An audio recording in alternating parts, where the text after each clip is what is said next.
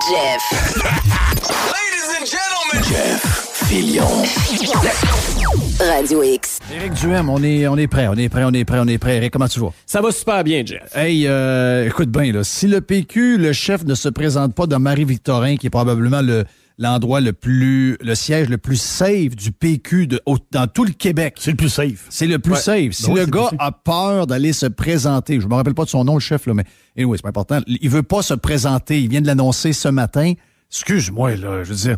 comment il s'appelle, le gars de la Gaspésie, qu'on aime bien, là? Pascal Bérubé. Pascal Bérubé. Je veux dire, tu peux plus rester là. C'est fini. Là, c'est pas fini. nécessairement le meilleur comté, mais c'est ça, je viens de donner un exemple. Tu sais, à Matane, c'est un très bon comté pour le PQ, mais en fait, le monde, il y en a combien là-dedans qui votent Pascal Bérubé? Tu sais, Pascal Bérubé, ça serait présenté indépendant, qui aurait été élu. Si Pascal Bérubé se présente pas, puis qu'il y a un autre qui se présente à la CAQ, c'est la CAQ qui va gagner. C'est ça. Mais je veux dire, Marie-Victorin, c'est péquiste depuis que ça existe? 1981, depuis que ça existe. C'est ça. Il y a une fois dans une élection partielle, quand il y a eu une série noire des partiels du PQ, ils l'ont perdu. Mais même quand Robert Bourassa a balayé le Québec avec plus que 100 comtés sur 125, Marie-Victorin est resté péquiste. Ben, c'est ça. C'est un comté très... Puis la dernière élection, il y en avait 10, puis ils l'ont passé. Mais moi, si je suis dans l'équipe, le peu qui reste dans le PQ, j'ai un gars qui veut pas aller à la guerre de même. Je veux pas être avec lui, là. Mais la question qu'il faut poser à Paul Saint-Pierre Plamondon aujourd'hui, le chef du PQ, pour ceux qui ne savent pas c'est qui, quel est le comté où il peut gagner? Dans quel comté il va se présenter? Parce que les 9 autres comtés du Parti québécois sont pas en zone urbaine. Tu sais, tu peux pas aller te présenter à Joliette ou à Jonquière ou aux îles de la Madeleine. Tu sais, ça prend quelqu'un qui a minimalement des racines locales. Où est-ce que les comtés de celui de Catherine Dorion puis celui de Tachereau et Jean Lesage. Jean Lesage. Ça, c'est ma place. D'après moi, il y a des chances, là. D'après moi, les gens sont tannés de voir les communistes faire des niaiseries, des bulles. Le PQ, là, c'est plus ce que c'était, Jeff, dans ces coins-là. Et non, parce que... On me dit qu'il y a du grenouillage dans ce coin-là puis que QS est en problème. Puis l'autre problème qu'ils ont, en plus, les péquistes, c'est que là, il y a beaucoup de monde qui sont rendus à l'hôtel de ville, hein. Et ça, là, tu sais, on dit tout, le PQ est rendu à l'hôtel de ville, puis c'est vrai, il y a beaucoup de péquistes autour de M. Marchand, incluant lui-même, là. Oui. C'est un péquiste, lui? Ben, c'est ce que j'ai compris, là. Son chef de cabinet aussi, c'est officiel. Lui, il était même à l'emploi du Parti québécois. Puis on sait qu'Agnès Maltel l'a appuyé. Puis, comment qu'elle s'appelle, Sylvie, l'ancienne qui était avec la bombe, qui est une ancienne chef de cabinet au Sylvie PQ Roy, pas Roy, Sylvie... c'est pas grave. Non, pas Paquette. Voyons, Sylvie... Il était lobbyiste. Perron, c'est ça. Voilà. Donc, il y a beaucoup de péquistes là. Mais ça, qu'est-ce que ça veut dire? Quand c'est rendu que les gens désertent un parti puis s'en vont sur un autre palier, d'habitude, c'est pas bon signe, là. Ça veut dire qu'ils réalisent que ton parti est en train de disparaître puis ils se sauvent pour aller ailleurs parce qu'ils savent que l'avenir est menée par des péquistes, c'est ça que tu viens de me dire, là? Ben, en tout cas, des anciens péquistes, beaucoup qui veulent... Mais non, mais... Tu me frappes, là. C'est parce que qu'est-ce que tu penses qu'il y a dans le cabinet de François Legault, toi? Que des péquistes. Fait que... je veux pas te faire de peine. Non, mais ça, moi, j'ai collé... Tout le monde tripait sa CAQ, puis je les appelais que c'était le cheval de Troie du PQ, donc tu m'apprends rien. Là. Fait que là, c'est ça. Fait que là, où le PQ va, où le chef du Parti québécois va se présenter, j'ai très hâte de voir. Puis c'est le signal que ça envoie, c'est qu'ils viennent d'abandonner. Il aurait 7 circonscriptions à l'Assemblée nationale au moment où on se parle. Là. Et là, ils viennent d'abandonner Marie-Victorin. Donc, la dernière élection, ils en ont passé juste 10. Là. Ouais. Fait que c'est pas évident pour le Parti québécois. C'est triste en même temps parce que quand même, le PQ, ça a quand même été un parti très important. Non, mais ça a été une institution dans l'histoire du Québec. Moi, mais il faut que ça finisse à un moment donné. Mais c'est ça, c'est que c'est l'agonie qui est pénible un peu. Puis le vrai déclin, quand est-ce que le déclin du Parti québécois a commencé? C'est là qu'il faut se poser la question. Est-ce que c'est le référendum de 95 qui a été le début de la fin? Moi, je pense que c'est le départ de Bouchard. C'est arrivé pas longtemps après. Mais ça peut être aussi le résultat du référendum. Parce que rappelle-toi de Bouchard, même quand il était là, qu'il s'est présenté contre Charest, il a gagné, mais il y a eu moins de votes. Oui. Il y avait déjà, on sentait déjà que c'était en phasing out. Moi, je pense que, tu sais, veux pas, il y a beaucoup de Québécois, puis j'en suis, là. On a voté oui en 95, puis là, on a vu que la stratégie était vouée à l'échec. Ça prenait un autre plan de match. Et j'ai comme l'impression que écoute, on est 25 ans plus tard. Là. Oui, moi, j'ai voté oui en 95. T'as voté oui? Ben oui, j'ai voté oui. Ben voyons donc, toi. Ben oui. Tu savais pas ça? Pas tout, je viens d'apprendre des choses. Ben oui. Mr. White, as-tu voté oui? Non. S'en souviens plus. Camille, elle, maman puis papa... Non, Camille n'était pas là encore. Non, je suis née en 97. Mes parents, c'est une bonne question. Je pense pas. Je pense pas que c'était des souverainistes. Moi, j'étais pas ici. Je restais pas ici à ce moment-là. Je voyais ça de l'extérieur. Mais, je pensais pas, Jerry. T'en regrettes-tu? T'as quand même fait passer... Veux-tu savoir pourquoi j'ai voté oui? Oui, vas-y donc. Parce que j'ai suivi Mario Dumont. Ah oui, c'est ça. Ben oui, la DQ faisait partie de la coalition du oui. Ben oui. Puis Mais riez pas, là. Puis rappelez-vous que... Hey, Mario qui est rendu qui défend le 3e lien. Ouais, ça, c'est... C'est un nouveau Mario? Qu'est-ce qui s'est passé? Ou le vieux Mario est de retour? Mais rappelez-vous qu'en 95, la coalition...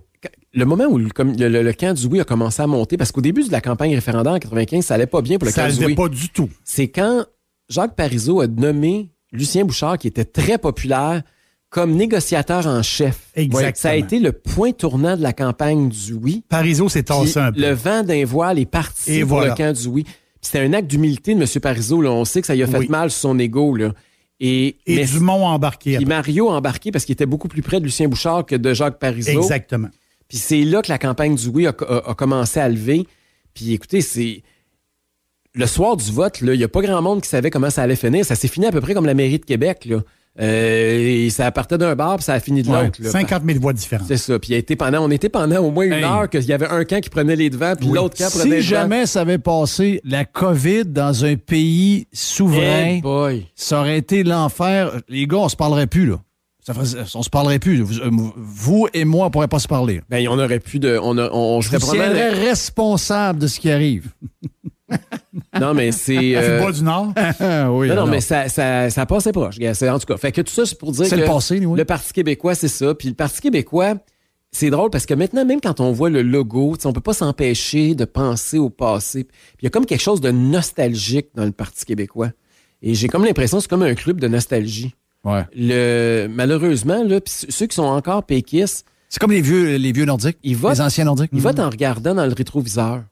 René Lévesque, puis toute cette période-là aussi. Là. Je mets le Parti libéral dans le même panier. C'est comme un peu la disparition des partis traditionnels. Mais ça va ensemble. C'est des vases communicants. Oui, ils ont besoin de un et l'autre. C'est comme des, comme des pommiers. Ils ont besoin, tu sais, les pommiers qui ont besoin d'un d'eux. Là. Ça envoie du pollen. Là.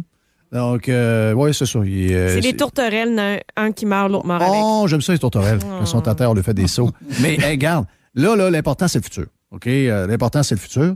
Puis, toi, tu fais quoi dans Marie-Victorin? Bien, on a un candidat qu'on va annoncer bientôt. Je t'ai dit que lundi, j'étais là. Moi, depuis le début, je l'ai dit, Jeff, quand j'ai été candidat à la direction du parti, il y a presque un an, ça va faire un an lundi prochain, là, j'avais dit que je me présenterais dans une circonscription de la région de Québec. J'ai pas changé d'idée. Mon plan de match est le même.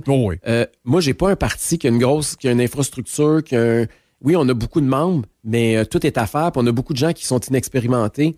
Donc, le parti a besoin d'un chef à temps plein. Là. J'ai pas 6 mois à passer dans Marie-Victorin. Faut que tu bâtisses ton équipe, tu as un défi. Là. Et là, j'ai besoin de... Oui, je vais aller aider notre candidat dans Marie-Victorin, mais je peux pas passer des mois là-bas. Là. Puis je suis conscient de savoir que tu es un gars de ma famille qui veut se présenter quelque part. Tu essaies de le convaincre. J'essaie de convaincre quelqu'un qui est dans ton... pas dans ton entourage immédiat, mais dans ta famille éloignée, disons-le comme ça. Non, c'est le fils...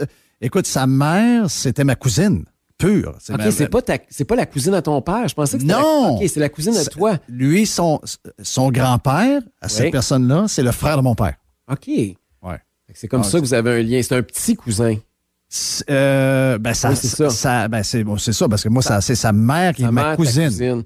Mais lui, c'est ton petit cousin. C'est ça. Fait que c'est ça. Fait que là, on est en train de recruter, on est en train de travailler fort, puis on va avoir un candidat, mais honnêtement, pour nous, autant pour le Parti québécois, ça fait partie des comtés A. Tu comprends que Marie-Victorin, pour un conservateur, c'est pas le comté A. Là. C'est un comté, présentement, juste pour vous donner une idée, là, quand vous allez sur Québec 125, qui font la pondération, là, on a à peu près, en termes de pourcentage, la moitié du pourcentage qu'on peut avoir au niveau national. T'sais, dans la région de Québec, c'est à peu près le contraire. Dans la région de Québec, là, vous prenez notre pourcentage au niveau national, vous le multipliez par 2,5, puis ça vous donne à peu près où on est à Québec. 24-25. Fait que si vous allez du côté de Marie-Victorin, il faut faire le contraire. Il faut diviser par 2,5. Hey, il me reste 2 minutes. Oui. C'est pas dans ta liste, mais on a parlé en dehors des ondes. Rambo. Oui. Rambo Gauthier. Je sais qu'il voulait nous parler. Il avait envoyé un message à Pat. Il dit, j'aimerais ça parler à Jeff. Je veux lui parler. Finalement, il l'a fait sur vidéo sur Facebook.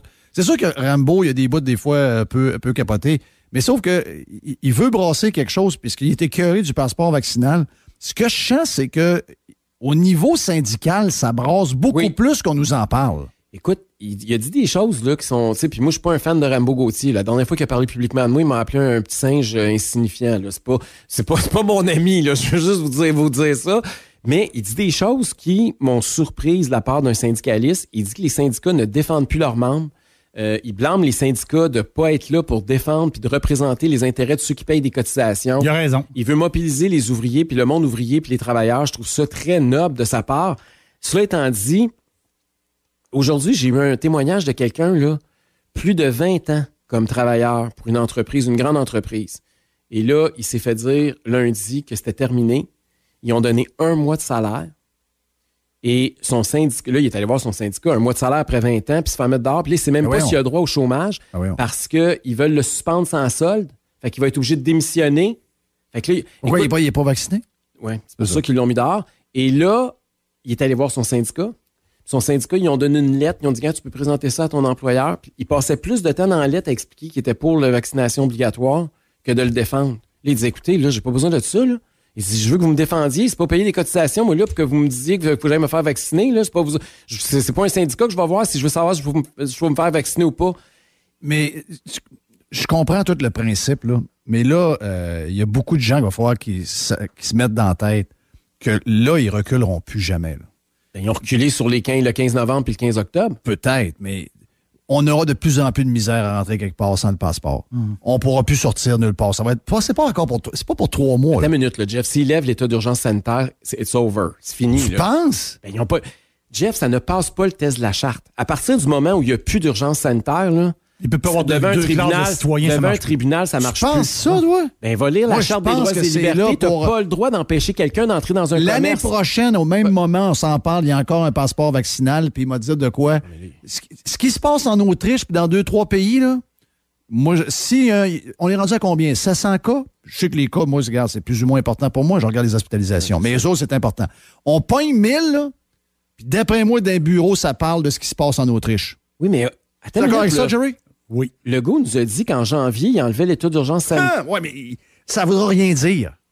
Jeff, il y a quelque chose qui se passe. Là. De plus en plus, ça craque, là, leur alliance. Tu as vu là, Isabelle Haché cette semaine dans la presse qui est sortie contre l'urgence sanitaire. Mais elle veut pas enlever les affaires. Des travailleurs de la santé. Non, mais tu te mêles. Elle veut qu'il y ait un débat démocratique sur plein d'affaires. Elle veut plus que le gouvernement soit jusqu'à l'élection avec le chemin libre. Mais je veux dire, demande pas à Isabelle Haché si ça veut dire moins de règles sanitaires, moins de ci, moins de masques, moins...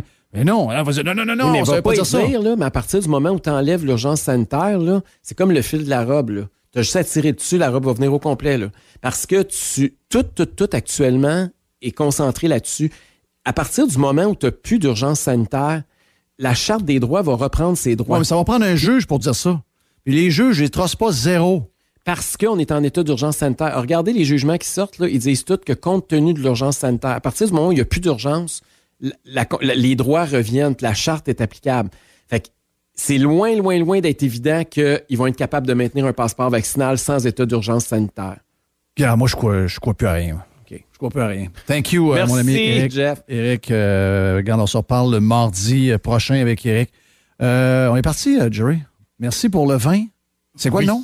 Le vin, c'est Puy Fromage. Puy Fromage, dans le rouge et dans le blanc. Dans le rouge et dans le blanc. Puy Fromage excellent. Merci à Camille, merci à tout le monde. On est là depuis 7 heures, depuis le One Two Punch. On se reparle demain, 11h30 sur Radio X. Jeff Filion. Réécoute les meilleurs moments Sur Filion. radiox.com. Radio X.